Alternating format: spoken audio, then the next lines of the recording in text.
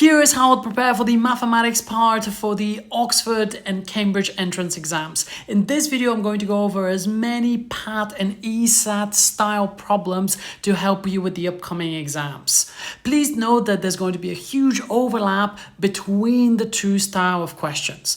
Okay, so let's have a look at this Oxford question. We're given this derivative of 2 plus x squared over 4. Now, every time we have something which is raised to quite a high power, there's usually a bit of a trick. We need to find the derivative of this function. What I'm going to try to avoid is to expand out unnecessarily. So let's see, well, 2 plus x squared to the x over 2, to the power of 4.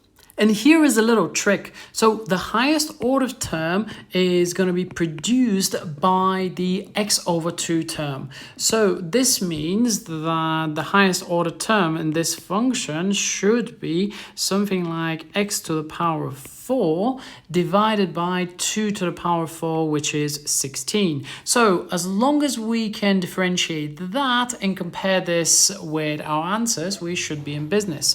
Okay, well, the derivative of x to the power of 4 divided by 16 is just going to be equal to 4x cubed over 16, which is just going to be equal to x cubed over 4. X cubed over 4, okay, yeah, correct answer has got to be D. Okay, next one. If dy by dx is given by this expression, we're given some boundary conditions. What is this integral? The first thing that we want to do is figure out the function y. This here is going to be given by the integral of x squared. I'm going to write this as x to the negative 3, and this here is integrated with respect to x. With those questions, we need to be quite careful of the integration constant. So this here will then be given by x to the power of 3 divided by 3 plus x to the power of minus 2, which is 1 over x squared. And we're going to get a factor of minus 2 at the bottom. So this here will turn this into minus 2x squared plus a constant of integration. Let's call that c. So this here is y of x. Now we're given that y of 1 is equal to 0, and this here is just equal to 1 over 3, take away 1 over 2 plus a constant. Put these under a common denominator, which is 6. So this here is just going to give me 2 over 6, take away 3 over 6 plus a constant, giving me that the constant is just going to be equal to 1 over 6. Okay, so the general expression for y of x is going to be x cubed over 3 minus 1 over 2x squared plus 1 over 6. Now we're ready to evaluate our integrals. So the integral between 3 and 1 of y dx is going to be equal to the integral of basically this x cubed over 3 minus a half x to the power of minus 2 plus 1 over 6 dx. This here will be a definite integral. Okay, so this here will then be equal to x to the power of 4, divide that by 12. Then we are going to get x to the power of minus 1, and then the 2 at the bottom will get multiplied by minus 1, which is going to turn this into a plus.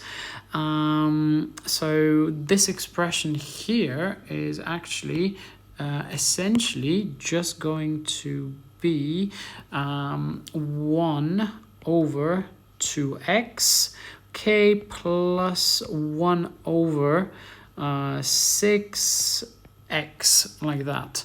Okay, this expression here is going to be evaluated between 3 and then 1. So this here will be equal to 3 to the power 4. Divide that by 12 plus 1 over 2 to the 2 multiplied by 3 plus 1 over 6. So multiply this by 3. Okay, take away 1 over 12, and then take away 1 over 2, take away 1 over 6. And this here is going to give me 20 over 3. Correct answer is C. Okay, for the next one, we have an arithmetic sequence. So we have the sum of 3 plus 2n from n is equal to 1 to m, which is equal to 140. The best way to do these is to consider what is actually happening. We're taking 3 plus 2n and then we're summing all of these up. So this first term is essentially going to be equal to 3 times m because we're going to add 3m times. Now, the same thing is going to be true for the next one, in which we're going to have essentially a sequence from n is equal to 1 to m of 2 to the power of n, or 2 multiplied by n. What is that going to be equal to? Well, we can use the arithmetic series formula, in which we can say that this here will be equal to m for m terms, and then we're going to add the first term and the last term. Now the first term is just going to be 2, and then the last term is just going to be equal to 2m. Then we just divide that by 2. I think that's right. And this thing here is going to be equal to 140. Okay, well, we can say that 3m plus, let's take out a factor of 2, which will end up cancelling, and then we have m1 plus m is equal to 140. Is this factorizable? 3m plus m squared is equal to 140. I think it might be best to actually work out the discriminant and then use a quadratic for this. We can rewrite this as m squared plus 4m, take away 140 is equal to 0. Okay, well, we can say that m is going to be equal to minus b, which is minus 4, plus or minus the discriminant, which is b squared minus 4ac. So this here is going to be 4 squared, which is 16.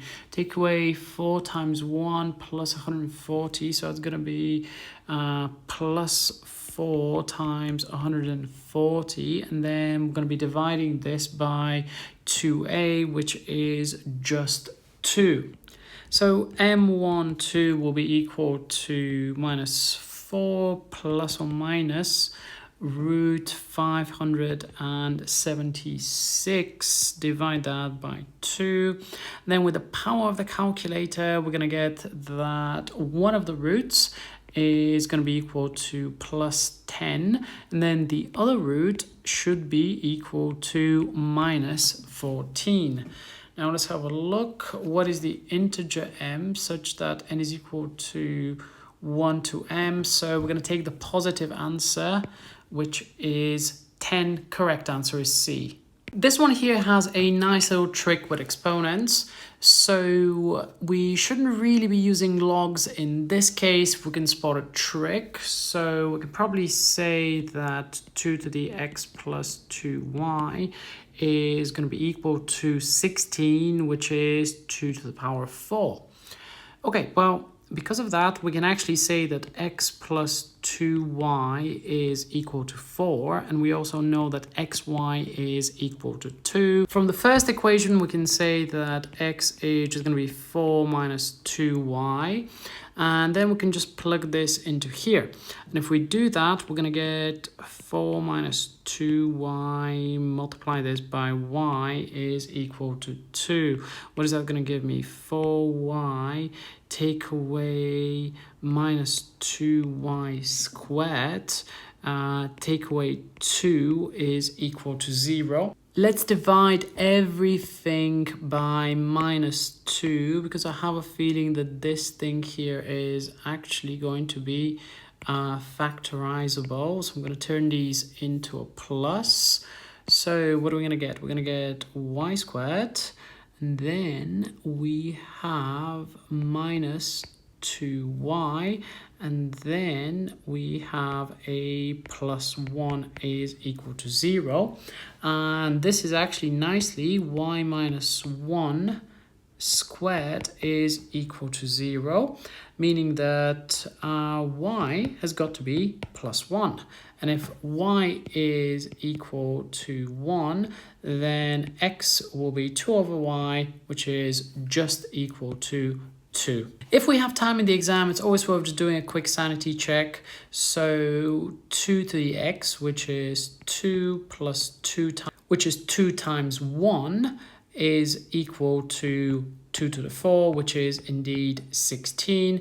And also x times y, 2 times 1 is equal to 2.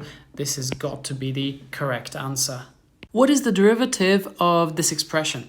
Once again, we shouldn't really try to differentiate that, but look for a trick. So let's concentrate on the highest term. If we were to differentiate d by dx of x to the power of 6, we're going to get 6x to the power of 5. Now, looking at these terms, we're going to need the highest term to be x to the power of 5. So on that respect, E definitely fits the bill, doesn't it? Because we're going to have 6x, which is going to be multiplied by x squared.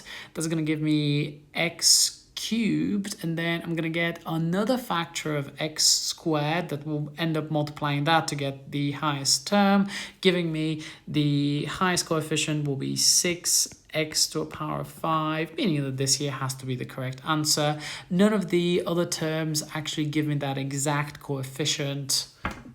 This one here is not a particularly hard one, but it's a really good example that every time we see sines and cos and then the square root of 1 minus something, we can use our favorite trig identity that cos squared plus sine squared is equal to 1.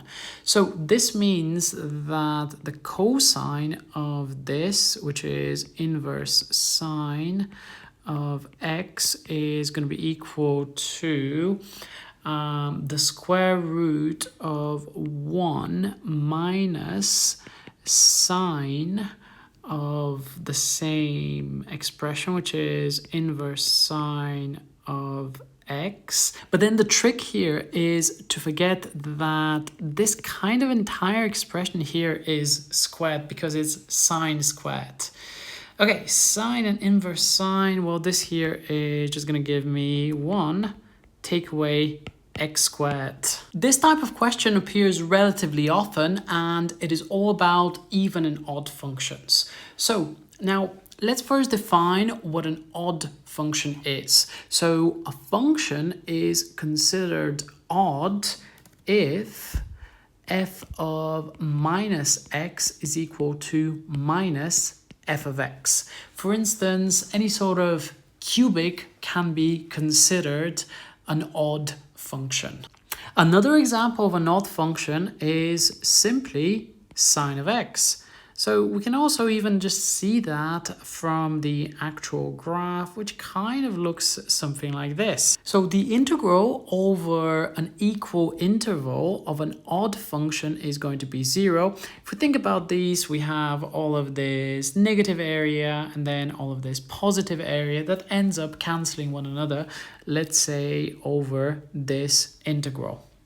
On the other hand, we can also have an even function in which f of minus x, is exactly equal to f of x. So think about your y is equal to x squared, for instance. Think about y is equal to cosine of x. These are all examples of even functions. I mean, if we think about cosine of x between a couple of intervals, the beginning part is going to look something like this, and is going to have a non-zero value, the integral from minus a value to plus a value like this.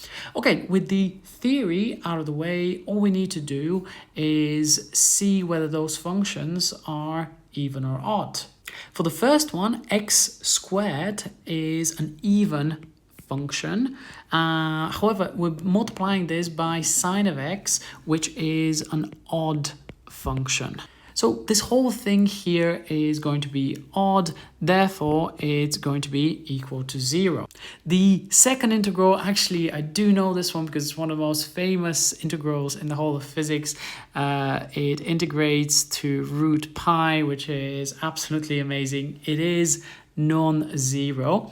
But additionally, we also know that it is an even function because x squared itself is an even function. Next one, as we said, cosine is indeed an even function, meaning that cosine squared should also be an even function. So this expression here is not going to be equal to 0. What about the last one, x e to the minus x squared? Okay, well, x itself is definitely an odd function. E to the minus x squared. Well, this part here is even, but it's multiplied by x. So this is going to make it essentially an odd function. So this here will have to be equal to 0. So the integrals that are non-zero are 1 and 3. Correct answer is C. Let's do one from the ESAT on scale factors. The surface area of object Y is double the surface area of object X. Okay, so just from this we can identify the relevant scale factor. So if the scale factor for the surface area is equal to 2, then the scale factor for the length is going to be root 2 from the volume. It's going to be 2 root 2. Okay, we're given that the volume of object Y is this much times more than the volume of object X. So plus 7 root 2. What is the volume of object X in cubic centimeters? Well, the scale factor for the volume is just going to be 2 root 2 Vx, which is going to be equal to Vx plus 7 root 2. Now we can just do a little bit of rearranging. So what is that going to give me? 2 root 2 Vx, take away Vx is equal to 7 root 2. We can take a factor of Vx and then we're going to get 2 root 2, take away 1 is equal to 7 root 2. Vx is going to be equal to 7 root 2 over 2 root 2, take away 1. A really good trick for the ESAT is to rationalize whenever possible. So what I'm going to do is multiply this by 2 root 2 plus 1 at the top and at the bottom of the fraction. So kind of like this. Okay, now this here is going to give me 7 root 2, 2 root 2 plus 1. Then I'm going to use the difference of squares at the bottom, which is going to give me essentially this squares take away 1, which is going to be 4 times 2 take away 1. So this here is equal to 7 root 2 multiplied by 2 root 2 plus 1 over 8 minus 1, which is just 7. Okay, well, this thing is equal to 2 root 2, then 2 root 2 plus 1. What is that going to give me? So this here is going to give me root 2 times root 2 is just equal to 4. Multiply this by 2, no, sorry, root 2 times 2 is just going to give me 2, which is times 2 is going to give me 4 plus root 2. Correct answer is H. This here is just a time-saving trick for the ESAT. So we have an integral, and kind of like what The way we were talking about even and odd functions in the previous part of the video, we can notice that this here is an even function. Another thing about even functions is that if I have the integral of an even function, it doesn't really matter what it is. Let's draw an even function on either side. Because the areas on either side is equal, it is very often easier to set one of the boundaries equal to 0. So for instance, we can just set this boundary equal to 0 and then find twice the integral. This is only true whenever the function is actually equal to, is an even function, and it's just a time-saving technique. Okay, so let's apply it to this function in particular. So we're going to get 2 3 minus root 5, which is essentially just a constant, and then the integral of x squared from 0 to 3 minus root 5, which is equal to 2 3 minus root 5. Then the integral of this is just x cubed over 3, and that's evaluated between 0 and 3 minus root 5. Okay, well, this here will be equal to 2 3 minus root 5, and then we're going to have 3 minus root 5 raised to the power of 3, and then we're going to divide this by 3. This thing here is going to cancel out. Okay, this here will then be equal to 2 3 minus root 5. Let's evaluate that. This here will be equal to minus, and then 2 times 3 is 6 times root 5, like that. And then we're going to have a plus 5 over 3, which is equal to 214. And then take away 6 root 5, divide that by 3, multiply this by 2. What is that going to give me? 28 minus 12 root 5 divided by 3. Correct answer should be this one. Okay, next one, a bit of rearranging. Let's go for it. Okay, so x equal to this. Now, probably my first job is to see if I can isolate the y. So I'm going to go x minus 5 is equal to minus 2y cubed plus 1 over 1 minus 2y cubed. Okay, now I'm going to take a factor of minus 1 from the denominator. So what I'm going to get is x minus 5 is going to be equal to 2y cubed plus 1 over 2y cubed, take away 1. Now let's bring this over on this side. We're going to get 2y cubed minus 1, multiply this by x minus 5 is equal to 2y cubed plus 1. Okay, what is this going to give me? It's going to be 2y cubed minus 1 times x.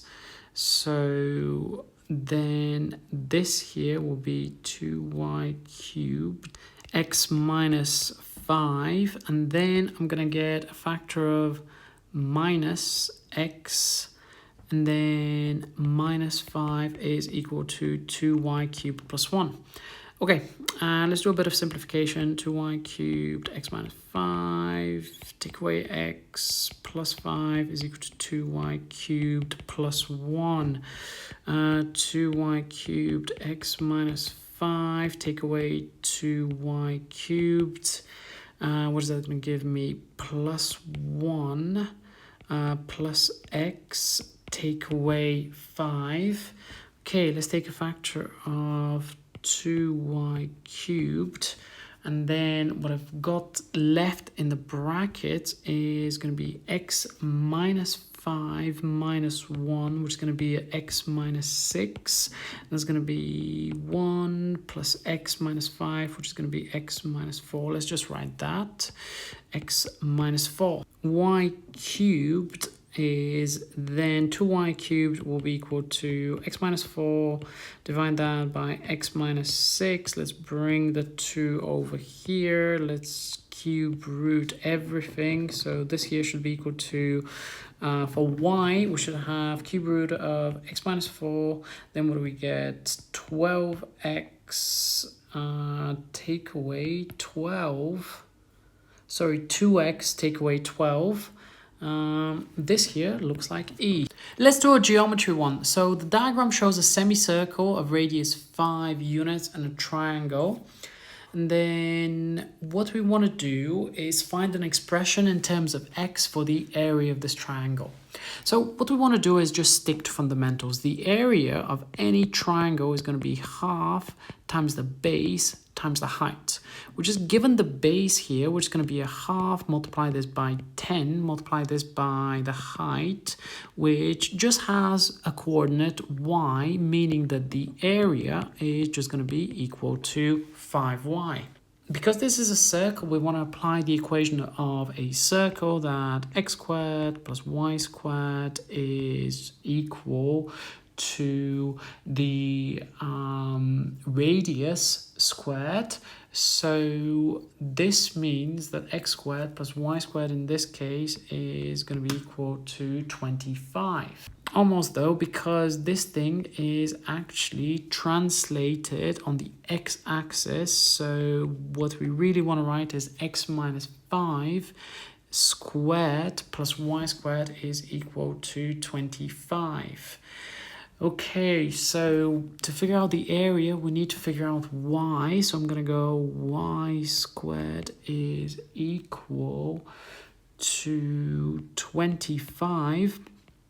Take away x minus 5 squared. Okay, what is that going to give me? This here is going to give me 25. Take away x squared. And then we're going to have minus 10x, and then we're going to have a plus 25. All right, okay, this is going to cancel.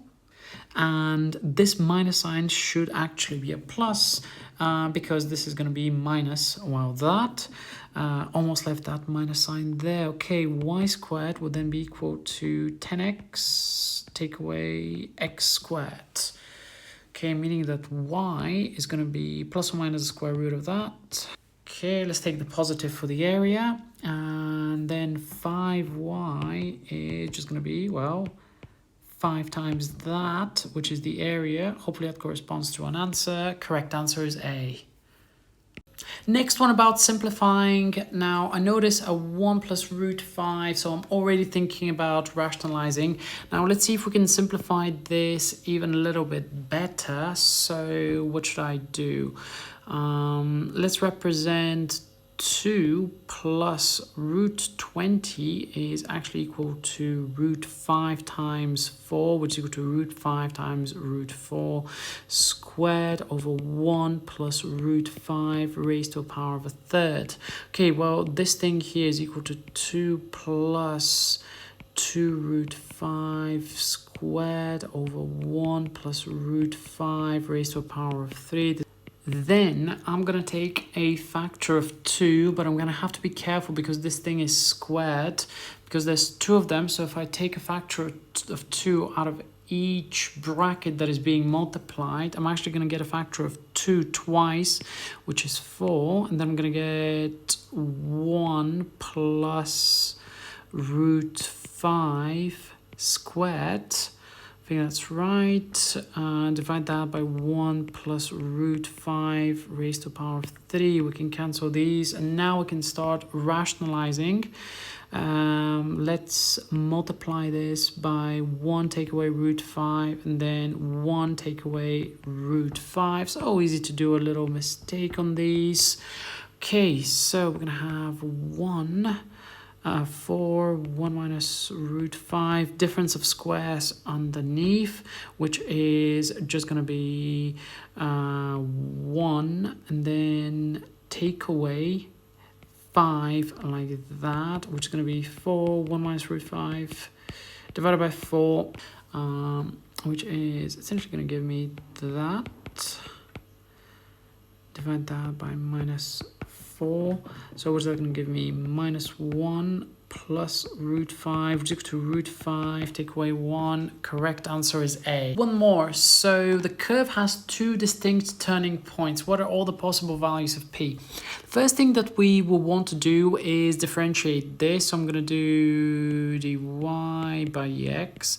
This here will just be given by 3x squared plus 2 times 3 root 5 p x plus 3p. And in order to have two distinct turning points, this means that this thing is going to have two solutions. The only way this thing is going to have two solutions if the discriminant, let's just say b squared take away 4ac, is going to have to be greater than 0. Okay, well, if that's the case, then b squared is going to have to be greater than 4ac. So b squared is essentially this 2 squared times 3 root 5 p squared. So what is that? 2 times 3 is 6. Square that, we get 36 times 5 times p squared is going to have to be greater than 4ac. So 4 times 3 is going to be 4 times 3 is 12 times 3 is 36 times p from the factor of c. Okay, so those are going to cancel. 5p squared has got to be greater than 5, meaning that 5p squared take away p is going to have to be greater than 0. Okay, right, let's find all the roots if this was an equation, all the turning points essentially. So, okay, well, we can factorize this. So I'm going to go I'm going to go p, and then I'm going to get 5p take away 1 has to be greater than 0. Now, even by inspection, we'll know that this inequality has got to be true for any p which is less than 0. Why is that? Because, well, 5p squared take away p. This here is going to give me a number which is bigger than this one. When we take away those numbers, the answer is going to be greater than 0. So p is less than 0 will definitely work. 5p minus 1. Okay, well, 5p, whenever p is equal to 1 over 2, the function is going to be 1 over 5, sorry. Can't think today. 1 over 5, which is what, 0.2. If the function is bigger than that, then it's gonna go from a negative to a positive, meaning that the correct answer has got to be A. Okay, folks, hopefully this video has been very, very useful. Drop some more questions in the comments below. I'll do my best to answer as many of them as I can. And make sure to have a look at this video, which is going to be really useful if you're taking the ESAT, and this one here if you're taking the PAT.